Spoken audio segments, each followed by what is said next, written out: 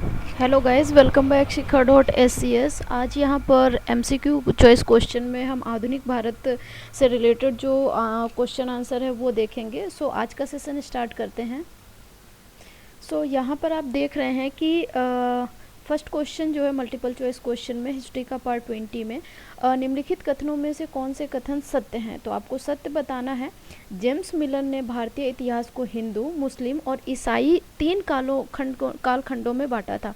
तो आप देखिए, हिंदू मुस्लिम तो सही है, लेकिन उसने ईसाई जो नहीं किया था, ईसाई की जगह पे क्या था, ब्रिटिश था। यानी कि ये जो कथन है वो गलत है।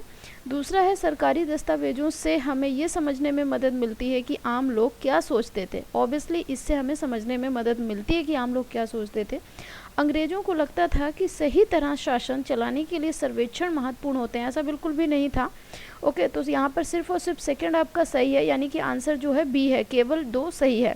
सेकंड क्वेश्चन की बात करें तो जेम्स मिल ने भारतीय इतिहास को जिस तरह का खंडों में बांटा है उसमें क्या समस्याएं हैं। यहाँ पर पहला ऑप्शन है, यह विभाजन सांप्रदायिकता के आधार पर किया गया था। ऑब्वियसली क्योंकि हिंदू, मुस्लिम और ब्रिटिश के हिसाब से बांटा था, तो सांप्रदायिकता के हिसाब से ही बांटा गया था। सेकेंड ऑप्शन है, यह काल विभाजन औपनिवेशिक विचारधारा पर आधारित था। इसके भी रूप में आधारित था। थर्ड है, इस काल का विभाजन का उद्देश्य भारतीयों को अलग अलग पहचान देकर फूट डालना था। हिंदू मुस्लिम जब उन्होंने बांट दिया तो ऑब्वियसली फूट डालने की बात थी। तो यहाँ पर डी ऑप्शन जो है उक्त सभी सही होगा। नेक्स्ट क्वेश्चन देखते हैं। थर्ड क्वेश्चन है, अंग्रेजों ने सरकारी दस्तावेजों को किस तरह सुरक्षित रखा। सरकारी दस्तावेजों को किस तरीके से सुरक्षित रखा, तो सभी शासकीय संस्थानों में अभिलेख कक्ष बनवाएं, तहसील के दफ्तर, कलेक्ट्रेट, कमिश्नर के दफ्तर, प्रांतीय सचिवालय, कचहरी, सभी के लिए अपने अपने रिकॉर्ड रूम यानी जो कक्ष हैं वो बनवाएं। दूसरा है, महत्वपूर्ण दस्तावेजों को सुरक्षित रखने के लिए अभिलेखागार और संग्रहालय जैसे संस्थान भी बनवाएं। यहाँ पर ये दोनों कथन सही है, यानी सी ऑप्शन उक्त दोनों सही हैं। फोर्थ क्वेश्चन है, इतिहासकार पुराने अखबारों से जो जानकारी जुटाते हैं वह पुलिस की रिपोर्टों में उपलब्ध जानकारी से किस तरह अलग होती है। पहला है, पुराने अखबारों से इतिहासकार जो जानकारियां प्राप्त करते हैं यह संवाददाताओं द्वारा क्षेत्र में जाकर इकट्ठी की गई जानकारियों पर आधारित होती है। इस तरह अखबार घटनाओं का सही और विस्तृत विवरण प्रस्तुत करता है। ऑब्वियसली ये बात सही है, क्योंकि आज भी आप देखते हो अखबारों में जो है बाहर पत्रकार जाकर, वो संवाददाता जाकर वही इकट्ठा करते हैं।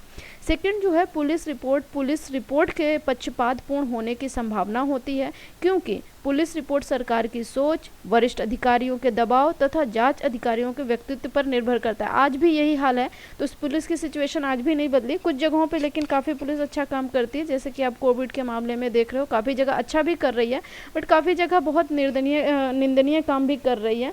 आज भी पुलिस का ऐसा ही जारी है। और 4 का जो है सी ऑप्शन सही है, उक्त दोनों। नेक्स्ट 5 क्वेश्चन देख।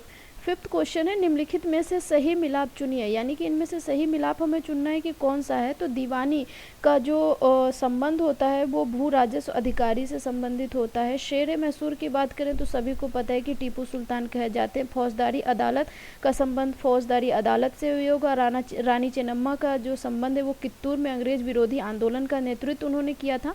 सिपाही को अंग्रेजों ने थोड़ा सा बेकार कर दिया था बोलने में, तो उन्होंने सिपॉय कह दिया था। वारेन हेस्टिंग्स की बात करें तो ये जो थे वो भारत के पहले गवर्नर थे, वारेन हेस्टिंग्स। तो यहाँ पर अब मिलान देख लेते हैं कि ए का जो सेकंड है, तो ए का आप देखो सेकंड इसमें है और किसी में है नहीं, और फिर बी का फर्स्ट है, सी का 5 है, और डी का 6 है, ई का जो है थर्ड है, और एफ का जो है फोर्थ है। तो आप देख रहे हो कि सी ऑप्शन इसका करेक्ट है। नेक्स्ट है सी 6 क्वेश्चन, बंगाल पर अंग्रेजों की जीत की जंग से शुरू हुई थी। तो बंगाल में अंग्रेजों ने कौन सी जीत की थी जिसके बाद बंगाल में जंग शुरू हो गई थी। तो आप सभी को पता है कि प्लासी के युद्ध के बाद ही जंग शुरू हो गई थी। 7 क्वेश्चन है, हैदर अली और टीपू सुल्तान कहाँ के शासक हैं। सभी को पता होगा इस क्वेश्चन का आंसर कि मैसूर के ये दोनों जो शासक थे। नेक्स्ट 8 क्वेश्चन देख।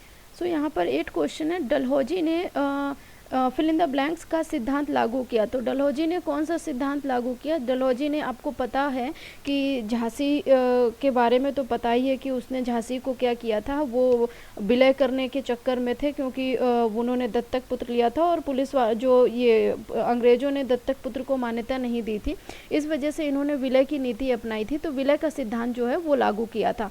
सो 8 का डलहौजी ने विलय का सिद्धांत लागू किया था, यानी कि बी ऑप्शन करेक्ट है।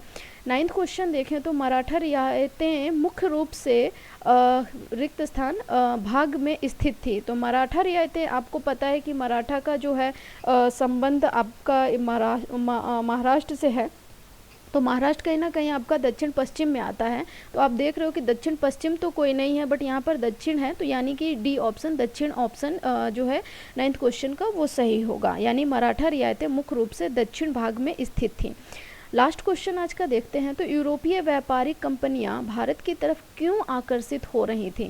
तो जो यूरोपीय व्यापारिक कंपनियां थीं वो भारत की तरफ क्यों आकर्षित हो रही थी? उसके ऑप्शन हैं, यूरोपीय कंपनियों ने भारत के साथ व्यापार में अपार संभावनाएं देखी थी। ये ऑप्शन सही है, क्योंकि उनको पता था कि यहाँ पर मतलब कि काफ़ी चीज़ें मिलती हैं। उस टाइम पे सोने की चिड़िया भी कहा जाता था।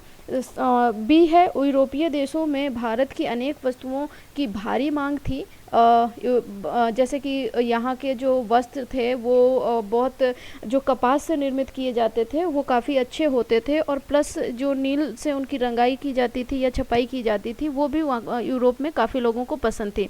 तो यूरोपीय देशों में भारत की अनेक वस्तुओं की भारी मांग थी। वे भारत में कम कीमत पर सामानों की खरीद कर वापस यूरोप जाकर उन्हें ऊंची कीमतों पर बेच सकते थे। हाँ, ये भी सही है, क्योंकि यहाँ पर वो कम कीमत में खरीदते थे और वहाँ जाकर 3 गुना 4 गुना दाम में बेचते थे, तो उनको काफ़ी मुनाफा होता था। इस वजह से ये जो दोनों कारण है, इस वजह से जो यूरोपीय व्यापारिक कंपनियां हैं वो भारत की तरफ आकर्षित हुई थी।